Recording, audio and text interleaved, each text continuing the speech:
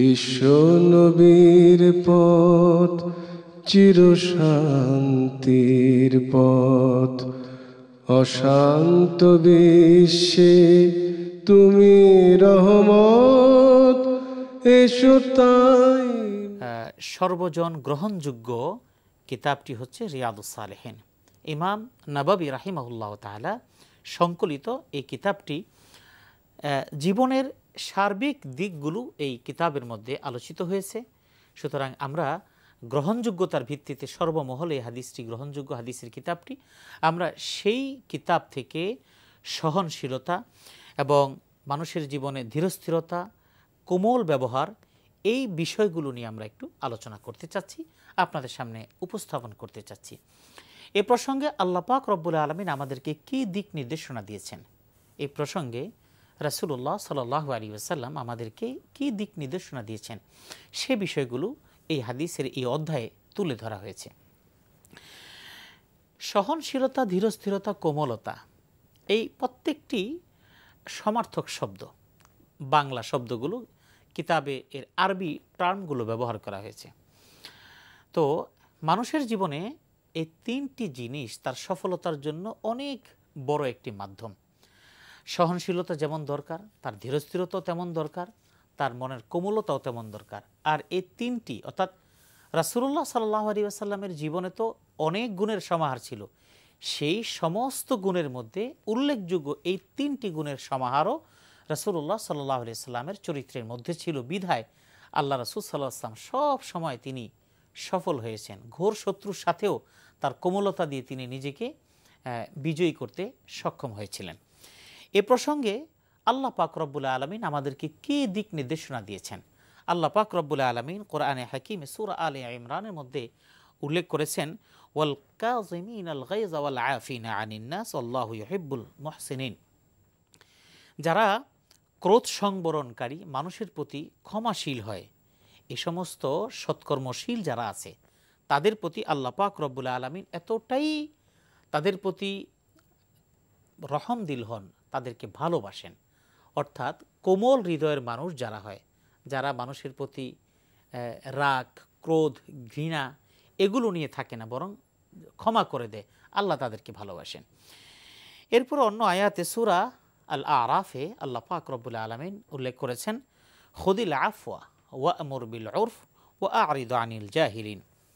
রাসূলুল্লাহ সাল্লাল্লাহু আলাইহি ওয়াসাল্লামকে বিভিন্ন প্রসঙ্গে, যখন নাকি আল্লাহ রাসূলের দাওয়াতি কার্যক্রমের ক্ষেত্রে আল্লাহ রাসূল বিভিন্ন প্রতিকূল পরিস্থিতির মুখোমুখি হয়েছেন, তখন আল্লাহ রাসূলকে দিক নির্দেশনা দিয়ে এবং সান্ত্বনা দিয়ে বিভিন্ন জায়গায় বিভিন্নভাবে কথাগুলো বলেছেন।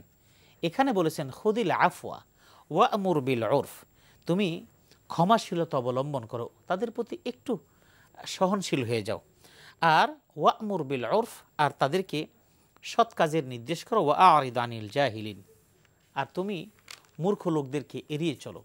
আল্লাহ পাক রব্বুল আলামিন আল্লাহ রাসূলকে তিনটি দিক নির্দেশনা দিলেন। একটা হলো ক্ষমাশীলতা, এরপরে বললেন তুমি সৎ কাজের আদেশ করবা, আর একটা হলো মূর্খদেরকে এড়িয়ে চলবা। এখন এই কথার মাধ্যমে আপনি একটা মেসেজ নিতে পারেন, আবার ভুলও নিতে পারেন, যে মূর্খদের এড়িয়ে চলা আল্লাহ রাসূলকে যেহেতু বলা হয়েছে, তাহলে যারা সমাজের মধ্যে মূর্খ তাদের সাথে কি সম্পর্ক রাখবো না? আপনার অফিসের একজন নিম্নতম কর্মচারী আছে, যে নাকি লেখাপড়া, শিক্ষা দীক্ষা কোনো কিছুতে নেই।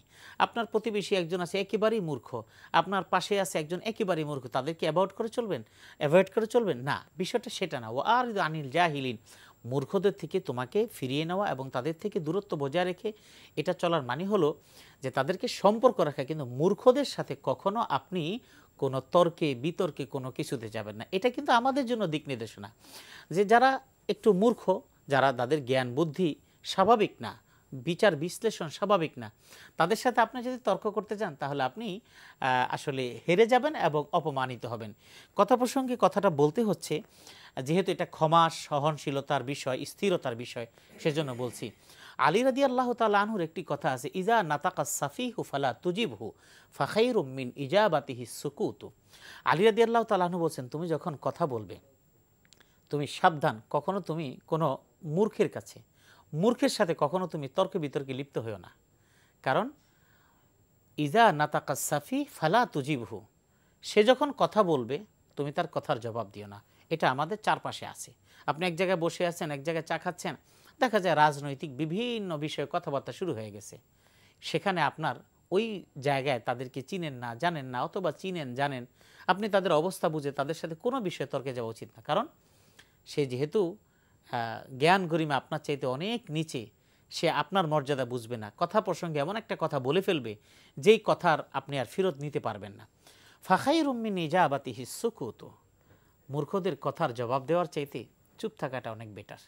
তো সেজন্য আমরা এখানে এই কথাটাকে আমরা একটু খুব গ্রহণযোগ্যতার ক্ষেত্রে নিব। হয়তো কেউ আপনাকে গালবন্ধ করছে, আপনি যখন দেখবেন সে আপনার সমপর্যায় না, তার সাথে আপনি বুঝাতে যাবেন না। তাকে আপনি পৃথিবী উল্টিয়ে দিল, তাকে আপনি কখনোই বুঝাতে পারবেন না। সে যা বুঝছে ওটার বাইরে সে কখনোই যাবে না। আল্লাহ পাক রব্বুল আলামিন অন্য আয়াতের মধ্যে বলেছেন, ওয়ালামান সাবারা ওয়া গাফারা ইন্না যালিকা লামিন আজমিল উমুর। আল্লাহ পাক রব্বুল আলামিন বলছেন, যে ব্যক্তি ধৈর্য ধারণ করে, অবশ্যই যে ধৈর্য ধারণ করে এবং ওয়া গাফারা এবং ক্ষমা করে দেয়, ইন্না যালিকা লামিন আজমিল উমুর, এটা হলো দৃঢ় সংকল্পের একটি কাজ। তার মানে এটা সকলের পক্ষে সম্ভব হয় না। সেজন্য স্থিতিশীলতা, সহনশীলতা, ক্ষমাশীলতা, উদারতা, এটা হলো আল্লাহ পাক রব্বুল আলামিন, আল্লাহ পাকের একটি গুণ, এবং আল্লাহ পাক নিজে এই সমস্ত গুণের অধিকারী। আল্লাহ রাসূলকেও সেই গুণে গুণান্বিত করেছেন। সিবগাতাল্লাহ ওমান আহসানু মিনাল্লাহি, আল্লাহর রঙে রঙিন যেটাকে বলা হয়েছে, এটাই হলো সেই কথা। প্রিয় দর্শক, এবার আসি আমরা রাসূলুল্লাহ সাল্লাল্লাহু আলাইহি সাল্লাম আমাদেরকে কি দিক নির্দেশনা দিয়েছেন সহনশীলতার ব্যাপারে, ক্ষমাশীলতার ব্যাপারে। ইবনে আব্বাস রাদিয়াল্লাহু তাআলা আনহু বর্ণিত একটি হাদিস, আন ইবনে আব্বাস রাদিয়াল্লাহু আনহুমা قال قال رسول الله صلى الله عليه وسلم لأشج عبد القيس। ইবনে আব্বাস রাদিয়াল্লাহু তাআলা আনহু থেকে বর্ণিত, তিনি বলেন রাসূলুল্লাহ সাল্লাল্লাহু আলাইহি ওয়াসাল্লাম আব্দুল কায়েস গোত্রের আশাজ নামক একজন ব্যক্তি, তাকে বললেন, ইন্না ফিকা খাসলাতাইন ইউহিব্বুহুমুল্লাহ, শোনো, তোমার ভিতরে দুটো অভ্যাস তুমি সব সময় রাখার চেষ্টা করবে।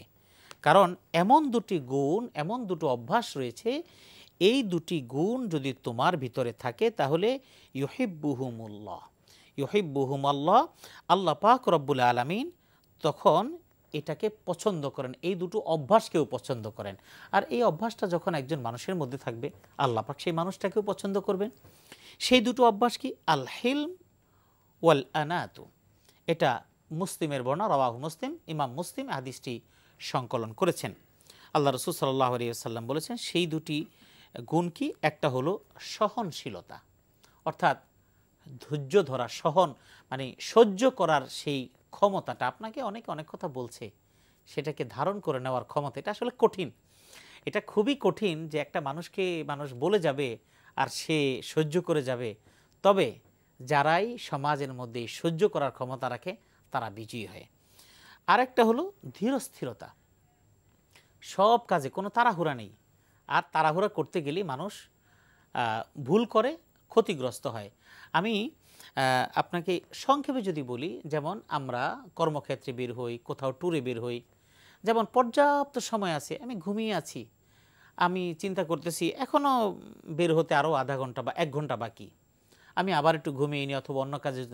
ঠিক এমন করতে করতে একসময় দেখা গেল বাকি আছে মাত্র 25 মিনিট, এখন তাড়াহুড়া করে কাজ করা শুরু করছি, এটা করতে গিয়ে ওটা পরে ভেঙে গেল। আবার এই গোছগাছ করে রওনা দেওয়ার পরে বুঝলাম যে আমি আমার প্রয়োজনীয় একটা জিনিস আমি ফেলে রেখে আসছি, অথবা এমন গুরুত্বপূর্ণ কাগজটা ফেলে রেখেছি যেটা ছাড়া হয়তো আমার হবে না। এই জন্য ধীরস্থিরতা অবলম্বন, কারণ তাড়াহুড়া এটা শয়তানের পক্ষ থেকে হয়। কারণ এই তাড়াহুড়া করলে সিদ্ধান্ত নিতেও যেমন ভুল হবে, এবং আপনি যখন বেরোবেন, বিভিন্ন জায়গায় যাবেন, আপনার বিভিন্ন ক্ষতি হওয়ার সম্ভাবনা আছে। এজন্য হাদিসের মধ্যে রাসূলুল্লাহ সাল্লাল্লাহু আলাইহি সাল্লাম বলেছেন ধীরস্থিরতা। সুতরাং আপনি অফিসে যাবেন, আপনি কর্মক্ষেত্রে যাবেন, একটু সময় নিয়ে বাসা থেকে প্রস্তুতি গ্রহণ করবেন, আস্তে ধীরে আপনার সব গোছগাছ করে কি নিলেন কিনা, অথবা আগে থেকেই গোছগাছ করে রাখবেন যাতে করে। এবং রাস্তাঘাটে চলার ক্ষেত্রে তাড়াহুড়া করে না, ধীরস্থিরে বুঝে শুনে চলবেন। আল্লাহ রাসূল সাল্লাল্লাহু আলাইহি সাল্লাম যখন রাস্তা দিয়ে চলতেন, শামাইলে তিরমিজি, অর্থাৎ রাসূলুল্লাহ সাল্লাল্লাহু আলাইহি সাল্লামের চলন বলন কেমন ছিল, অর্থাৎ রাসূল দেখতে কেমন, চুল কেমন, নাক কেমন, হাঁটতেন কেমন, এই জায়গার মধ্যে বর্ণনা আছে রাসূলুল্লাহ সাল্লাল্লাহু আলাইহি সাল্লাম খুব ধীরে হাঁটতেন। যখন হাঁটতেন মনে হতো আল্লাহ রাসূল একটু ঝুঁকে ঝুঁকে যাচ্ছেন, অর্থাৎ একটু ধীর স্থির গতিতে সুন্দর করে, কোনো না। আর তাড়াহুড়া করতে গেলে হঠাৎ হোন্ডার সাথে আপনি বাড়ি খাবেন, হঠাৎ ভ্যান গাড়ির সাথে বাড়ি খাবেন, হঠাৎ রিক্সার সাথে আপনার পাঞ্জাবি লেগে, রিক্সার সাথে আপনার প্যান্ট লেগে, শার্ট লেগে ছিঁড়ে যাবে, অর্থাৎ হাতের কর্নার একটা ব্যাগ ঝুলানো আছে, এটা রিক্সার সাথে লেগে ওটা ছুঁড়ে গেল, পড়ে গেলেন, এটা করা যাবে না। এটা রাসূলুল্লাহ সাল্লাল্লাহু আলাইহি ওয়াসাল্লাম আমাদেরকে শিখিয়েছেন। ধীরস্থিরতা, সহনশীলতা এবং ক্ষমা, এগুলো আমাদেরকে আল্লাহ রাসূল বলেছেন। এরপরে রাসূলুল্লাহ সাল্লাল্লাহু আলাইহি ওয়াসাল্লাম আমাদেরকে আরেকটি বিষয় উদ্বুদ্ধ করেছেন। আমরা তো সহনশীলতা পেলাম, ধীরস্থিরতা পেলাম, আমার হৃদয়টাকে একেবারে নরম করে দিতে হবে, কোমল করে দিতে হবে। আমরা কিন্তু কোমল হৃদয়ের কথা শুনি, হৃদয়টাকে তুমি কোমল করে দাও, এই যে কথাগুলো আমরা বলি, সেই কোমলতাটা কি? রাসূলুল্লাহ সাল্লাল্লাহু আলাইহি ওয়াসাল্লাম এর একটা হাদিস যেটি বর্ণনা করেছেন উম্মুল মুমিনিন আয়েশা সিদ্দিকা রাদিয়াল্লাহু তাআলা আনহা, যিনি আল্লাহ রসুলের প্রিয়তমা পত্নীদের অন্যতম একজন প্রিয়তমা পত্নী ছিলেন এবং যার কাছ থেকে সর্বোচ্চ সংখ্যক হাদিস বর্ণিত হয়েছে। আন আয়েশা রাদিয়াল্লাহু আনহা قالت قال رسول الله صلى الله عليه وسلم ان الله رفيق يحب الرفق في الامر كله متفق عليه। হাদিস ইমাম বুখারী এবং ইমাম মুসলিম রাহিমাহুমুল্লাহ তারা স্ব কিতাবে এই হাদিসটি সংকলন করেছেন। আয়েশা সিদ্দিকা রাদিয়াল্লাহু তাআলা আনহা বলছেন, রাসূলুল্লাহ সাল্লাল্লাহু আলাইহি ওয়াসাল্লাম বলেছেন, ইন্নাল্লাহা রাফিকুন ইউহিব্বুর রিফকা। আল্লাহ পাক রব্বুল আলামিন নিজেই কোমল। আমি একটু আগেই কিন্তু বলেছি যে আল্লাহ নিজেই কিন্তু ধৈর্যশীল, নিজেই সহনশীল, নিজেই কোমল। যদি আল্লাহ পাক যদি কোমল না হতেন, যদি দয়াদ্র চিত্তের অধিকারী না হতেন, তাহলে আমরা পৃথিবীতে কিন্তু এক সেকেন্ডও বাঁচতে পারতাম না। আমরা যে অপরাধগুলো করি, আল্লাহ নাফরমানি করি, আল্লাহ যদি সহনশীলতা না দেখাতেন তাহলে আমরা বাঁচতে পারতাম না। অক্সিজেনটা বন্ধ করে দিলে আমরা এখন দেখি করোনা রোগী যারা অক্সিজেন পাচ্ছে না, যাদের শ্বাস প্রশ্বাস নিতে পারছে না, পৃথিবীর মায়া ছেড়ে আপনজনের কাছ থেকে হাত পা ছটফট ছটফট করে বিদায় নিচ্ছে, কিন্তু আশেপাশে দাঁড়িয়ে থাকা মানুষগুলো কিছুই করতে পারছে না। আল্লাহ পাক রব্বুল আলামিন তো বলেছেন, ইয়াউমা ইয়ানফাউ মালু ওয়ালা বানুন, কিয়ামতের ময়দানে এই যে মাল, সম্পদ, সন্তান কেউ কাজে আসবে না। মুফাসসিরে এই আয়াতের প্রসঙ্গে বলেছেন যে এটা কিয়ামতের ময়দানও যেমন হবে, পৃথিবীতে থেকেও কখনো কখনো এমন এমন পরিস্থিতি আল্লাহ পাক তৈরি করে দিবেন যে সময় সম্পদের পাহাড় থাকবে কিন্তু কাজে আসবে না, কিছু করতে পারবেন, টাকা নিয়ে দাঁড়িয়ে আছেন কিন্তু এখানে অক্সিজেনের কোনো ব্যবস্থা নেই। আবার সন্তান সন্ততিরা অনেক প্রভাব প্রতিপত্তির মধ্যে আছে, তারা একটা ফোন দিলেই বহুত কিছু হয়ে যায়, কিন্তু এই জায়গার মধ্যে তাদেরও কিছু করার ক্ষমতা নেই। আল্লাহর দিকে তাকিয়ে নিঃশ্বাস ছাড়া ছাড়া, আল্লাহ তুমি আমার বাবাকে বাঁচাও, আমার মাকে বাঁচাও, আমার প্রিয়জনকে বাঁচাও, এটা ছাড়া বলার কিছুই থাকে না। এই গুণগুলো আল্লাহ পাকের। তো কোমল হৃদয় এটাও আল্লাহ পাকের গুণ। সেই গুণগুলোই আল্লাহ রাসূল সাল্লাল্লাহু আলাইহি ওয়াসাল্লামকে আল্লাহ পাক বলেছেন তুমি এই গুণগুলো অবলম্বন করো, কারণ সিবগাত আল্লাহ, আল্লাহর রঙে রঙিন হওয়া মানে আল্লাহ যেগুলোকে পছন্দ করেন সেই পছন্দনীয় চরিত্রগুলো নিজের মধ্যে নিয়ে আসা। রাসূলুল্লাহ সাল্লাল্লাহু আলাইহি ওয়াসাল্লাম বলছেন, ইন্নাল্লাহ রাফিক, আল্লাহ পাক নিজেই কোমল হৃদয়ের অধিকারী, ইউহিব্বুর রিফকা, এবং তিনি প্রতিটি কাজে, ফিল আমরি কুল্লি, প্রতিটি কাজেই কোমলতাকে তিনি পছন্দ করেন। এই জন্য আমরা যেই কাজ করব খুব সুন্দরভাবে কোমলতার পরিচয় দিব, একেবারে প্রশান্ত হৃদয় নিয়ে, যাতে করে আমার কোনো আচরণ, আমার কোনো কথায় অন্য কেউ যেন আঘাতপ্রাপ্ত না হয়। রাসূলুল্লাহ সাল্লাল্লাহু আলাইহি ওয়াসাল্লাম আমাদেরকে এই কথাগুলোই আমাদেরকে বলেছেন। এই জন্য সহনশীলতা, ধীরস্থিরতা, কোমলতা, এই তিনটি গুণ একজন মুমিনের গুণ। রাসূলুল্লাহ সাল্লাল্লাহু আলাইহি ওয়াসাল্লাম বর্ণিত আরেকটি হাদিস, এটাও উম্মুল মুমিনিন আয়েশা সিদ্দিকা রাদিয়াল্লাহু তাআলা আনহা থেকে বর্ণিত, আন্নান নবী সাল্লাল্লাহু আলাইহি ওয়াসাল্লাম ক্বালা ইন্নাল্লাহা রাফিকুন ইউহিব্বুর রিফকা। এটা আমরা আগের হাদিসে শুনেছি, এখানেও একই কথা বর্ণনা করেছে। এরপরে যে আল্লাহ পাক নিজে কোমল সত্তার অধিকারী, ইউহিব্বুর রিফক, এবং তিনি কোমলতাকে পছন্দ করেন, ভালোবাসেন। ওয়ায়ুতি আলা রিফক, এবং আল্লাহ পাক রব্বুল আলামিন নিজে তো কোমল এবং কোমলতাকে ভালোবাসেন, এবং সেই সাথে বলেছেন ওয়ায়ুতি আলা রিফকি মা লা ইউতি আলাল উনফ ওয়া মা লা ইউতি আলা মা সিওয়া। এক কথায় সেটা হলো যে কোমলতা দ্বারা ওই জিনিসটা আল্লাহ পাক দান করেন যা কঠোরতার মাধ্যমে আল্লাহ পাক কখনো দেন না। কোমলতার মাধ্যমে, অর্থাৎ মনের কোমলতা, হৃদয়ের যে একটা সুন্দর হৃদয়, নরম হৃদয়, আবেগী একটি হৃদয়, এই হৃদয় নিয়ে যখন আপনি কাজ করবেন, জনগণ, সাধারণ মানুষ, আপনজন, প্রিয়জন, তাদের কাছে যেমন আপনার এই কোমল হৃদয়টা যেমন ভালোবাসার পাত্র হয়, আল্লাহ রব্বুল আলমিন নিজেও, আল্লাহ রসুল বলছেন যে আল্লাহ পাক রব্বুল আলমিনও কোমল সত্তার অধিকারী মানুষগুলোকে এই কোমলতার কারণে এমন এমন জিনিস দেন যেটা কঠোরতার মাধ্যমে তাদেরকে কখনো দেন না। এবং তার মানে হলো ওমা লাইয়তি আলামা সিওয়া, তার মানে হলো কোমলতা ছাড়া অন্য কিছু দ্বারাই আল্লাহ পাক রব্বুল আলামিন বান্দাকে কিছু দেন না। এক্ষেত্রে এখন পাওয়া না পাওয়া, দেওয়া না দেওয়া, সেক্ষেত্রে কি আমাদের বৈষয়িক জীবনের যত প্রাপ্তি আছে, আপনার ব্যবসা বাণিজ্যের উন্নতি, সংসারের শান্তি, সন্তানের ভবিষ্যৎটা সুন্দর হওয়া, এরা মানুষের মতো মানুষ হওয়া, আদর্শ সুনাগরিক হওয়া, এটা যে কোনো বাবা মা চায়। এই বিষয়গুলো কিন্তু নির্ভর করে আল্লাহর উপরে। আপনি নামাজ আদায় করছেন আল্লাহর কাছে খুব ভিক্ষার মতো করে, ভিক্ষুকের মতো চাচ্ছেন, আল্লাহ আমার সন্তানটাকে তুমি আদর্শবান বানিয়ে দাও। আল্লাহর কাছে চাচ্ছেন, আপনি প্রচেষ্টা চালাচ্ছেন। আপনি আপনার বৈষয়িক জীবনের প্রয়োজন পূরণ করার জন্য খুব কোমল হৃদয়ে, এখানেও কিন্তু আপনাকে চাইতে হবে কোমলতা দিয়ে। মানুষের কাছ থেকে একটা জিনিস চাওয়ার জন্য যেমন আপনার কোমলতার কোনো বিকল্প নেই, আপনি যদি আপনার স্থানীয় জনপ্রতিনিধির কাছে কোনো কিছু চাইতে যান, আর যদি বলেন যে দেন আমার এটা দরকার, সে তখন বলছে যে যেভাবে চায় এটা বেয়াদবের মতো, তাকে তো দেয়া যায় না। আর আপনি যদি বলেন ভাই দেখেন এটা দেওয়া যায় কিনা, দিলে দেন, না দিলে কিছু করার নাই, তাহলে সে বলবে না এটা দেওয়া যাবে না। কিন্তু যখন আপনি খুব কাকুতি মিনতি করে কোমল হৃদয় নিয়ে, ভাই আমার এই কাজটা একটু না করা হলে আমি তো আসলে খুব বিপদে পড়ে যাব, আমার ছেলেটার জন্য এই বিভিন্ন জিনিস, আমার নিজের প্রয়োজন, এভাবে যখন আপনি কোমল হৃদয় নিয়ে, আবেগ নিয়ে যখন নাকি উপস্থাপন করেন, যেই ব্যক্তিটির কাছে আপনি উপস্থাপন করেন সেই ব্যক্তির হৃদয়েও আবার কোমলতার সৃষ্টি হয়। কোমলতার সৃষ্টি হওয়ার আগে সে কখনো আপনাকে দেবে না। যেহেতু কোমলতা সৃষ্টি হওয়ার আগে আপনাকে সে দেবে না, সে কারণে আপনাকে কোমল হতে হবে। পৃথিবীর বৈষয়িক একটি বিষয় পাওয়ার ক্ষেত্রে যদি একজন মানুষের কাছ থেকে পাওয়ার জন্য যদি আপনাকে এতটাই কোমলতা অবলম্বন করতে হয়, তাহলে মহান আল্লাহ সুবহানাহু ওয়া তাআলা, যিনি রাজাধিরাজ, যার কাছে সমস্ত কিছুর ভাণ্ডার, সব কিছুর খনি, যিনি দিতে থাকলে কখনো কমবে না, মানুষ দিবে একসময় কমে যাবে, দিতে দিতে একসময় বিরক্ত হয়ে বলবে তোমাকে আর কত দিব। কিন্তু আল্লাহ বলেন যে আমার কাছে তুমি যখন চাওয়া বন্ধ করে দাও তখন আমার কাছে খারাপ লাগে, আমার কাছে তুমি চাইতে থাকো তখন আমার বেশি ভালো লাগে। তার মানে কি, আপনি যত বেশি চাইবেন, আমি যত বেশি চাইবো, আল্লাহ তত বেশি খুশি হন। এটা একটা বিরল জিনিস। এই জন্য আল্লাহ পাক রব্বুল আলামিন বলছেন যে চাইতে হবে এবং কোমলতার সাথে চাইতে হবে। এ প্রসঙ্গে আরেকটি হাদিস, এটিও আয়েশা সিদ্দিকা রাদিয়াল্লাহু তাআলা আনহা থেকে বর্ণিত। আল্লাহ রাসূল সাল্লাল্লাহু আলাইহি সাল্লাম বলেছেন, ইন্নার রিফকা লা ইয়াকুনু ফি শাইইন ইল্লা জানাহু ওয়া লা ইউনজাউ মিন শাইইন ইল্লা শানাহু।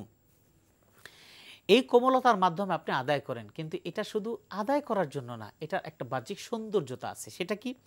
আল্লাহ রাসূল সাল্লাল্লাহু আলাইহি ওয়াসাল্লাম বলছেন যে জিনিসের মধ্যে যে ইন্না রাফকা লা ইয়াকুনু ফি শাইইন ইল্লা জানা, অর্থাৎ যে জিনিসটির মধ্যে কোমলতা আছে, সেই কোমলতা সেই বস্তুটাকে সৌন্দর্য করে দেয়। আপনি একটি কথা বলছেন, কথার কথা আপনি একজনকে বলছেন, যে একটি বাচ্চাকে বলছেন অথবা আপনার যে কাউকে বলছেন তুমি এখান থেকে যাও, এই কথাটা আপনি বলবেন। তো এই কথাটা বলার ক্ষেত্রে ধরেন আপনি মোবাইলে কথা বলছেন, আমাদের জীবনের সাথে সম্পৃক্ত বিষয়গুলো মোবাইলে আপনি কথা বলছেন, এই কথাটা একান্তই পার্সোনাল কোনো কথা বলছেন। আপনার কাছে যিনি এসে দাঁড়িয়েছেন, যে দাঁড়িয়েছে সে হয়তো এই কথাটা শুনুক, আপনি চান না। আপনি তার, সে ছোট হোক বড় হোক যেই হোক না কেন, আপনি তাকে দুইভাবে বলতে পারেন। একটা হলো ধমকে সুরে, হাই তুমি যাও এখান থেকে, এটা বলতে পারেন। আরেকটা বলতে পারেন, একটু অফ করে, ভাই আমি একটু ব্যক্তিগত কথা বলছি, একটু আপনি চলে গেলে মনে হয় একটু ভালো হতো, বা আমাকে একটু একা কথা বলা দরকার। এইভাবে যখন বলবেন তাহলে কি হলো, প্রথম কথার মধ্যে আপনার কোমলতা নেই, দ্বিতীয় কথার মধ্যে কোমলতা আছে। এই কোমলতাই আপনার কথাটাকে সৌন্দর্য করে দিল। শুধু কথাকেই সৌন্দর্য করেনি, বরং আপনার চরিত্রটাকেও তার কাছে সৌন্দর্য মণ্ডিত করে উপস্থাপন করার সুযোগ আপনি পেয়ে গেলেন। আপনি যখন এই কথাটা বলছেন তখন সে বলছে লোকটা আসলে বড় মাপের, কিন্তু তার কথার মধ্যে একটা মাধুর্যতা আছে। আপনার এই প্রশংসনীয় কথাগুলো মানুষের কাছে ছড়িয়ে যাবে, মানুষ আপনাকে ভালোবাসবে। আর ওই একটা কথা আপনি এমনভাবে বললেন, এটা তার হৃদয়ের মধ্যে দাগ কেটে গেল। এই কোমলতা কি? কথায় কোমলতা, ব্যবহারে কোমলতা, এই সব কিছু হলো নববী গুণ, নবীর গুণ, আর এটা মুমিনের একটি সম্বল। আরেকটি কথা বলি, যেটা হযরত আলী রাদিয়াল্লাহু তাআলা আনহুর একটি কবিতার অংশ, এটা আপনারা হয়তো বিভিন্ন সময় শুনে থাকবেন। সেটি হলো, মানুষ কথার দ্বারা যে আঘাতটা করে, এই কোমলতা মুক্ত কথা, কর্কশ ভাষার কথা, কোমলতা মুক্ত ব্যবহার, আচরণে হোক কথায় হোক, আপনি আচরণে এমন একটা আচরণ করলেন, সেই আচরণটা কখনো সে ভোলে না। এমন একটা কথা বললেন, যেই কথাটা কখনো সে ভোলে না। যারা হাতুস সিনানি লাহাল তিয়ামু ওয়ালা ইয়ালতামু মা জারহাল লিসানু। আলী রাদিয়াল্লাহু তাআলা আনহু বলছেন যে যে যারা হাতুস সিনানি লাহাল তিয়ামু ওয়ালা ইয়ালতামু মা জারহাল লিসানু, তরবারি দিয়ে কোনো আঘাত করা হয়, এই আঘাতের দাগ সময়ের ব্যবধানে এটা শুকিয়ে যায়, এটা মুছে যায়। একটা জায়গায় যদি কোনো দাগ হয়ে যায়, কেটে যায়, তাহলে সেটা চিকিৎসার মাধ্যমে দেখা যায় এমন অনেক দিন পরে সেটা আর বোঝা যায় না স্বাভাবিকভাবে যে এখানে একটা কিছু হয়েছিল।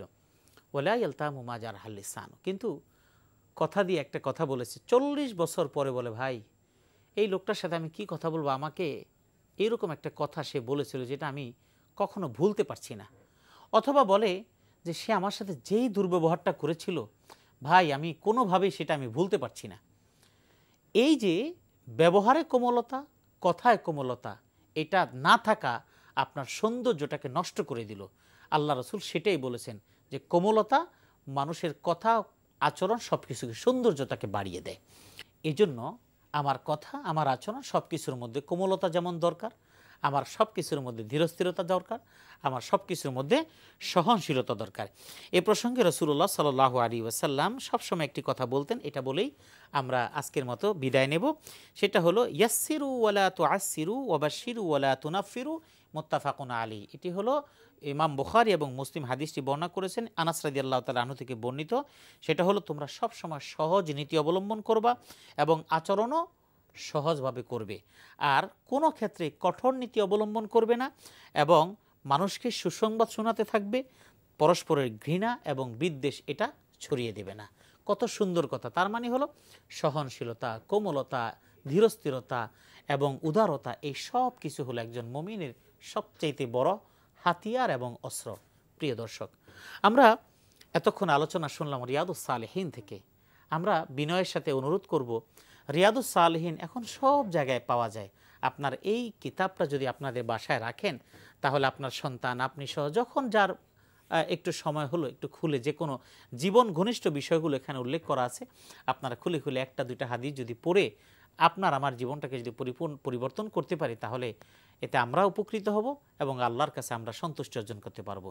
প্রিয় দর্শক, এনটিভির বিশেষ আয়োজন দারসুল হাদিসের এই অনুষ্ঠান থেকে আপনাদের সকলকে আবারও মোবারকবাদ জানিয়ে এবং আপনাদের সুস্বাস্থ্য এবং এই মহামারীতে আপনারা সকলেই যে যেখানে আছেন, আল্লাহ যেন আপনাদের সকলকে সুস্থতার মহা নেয়ামত দান করেন, এই শুভ কামনা রেখে আপনাদের কাছ থেকে আজকের মতো এখানেই বিদায় নিচ্ছি।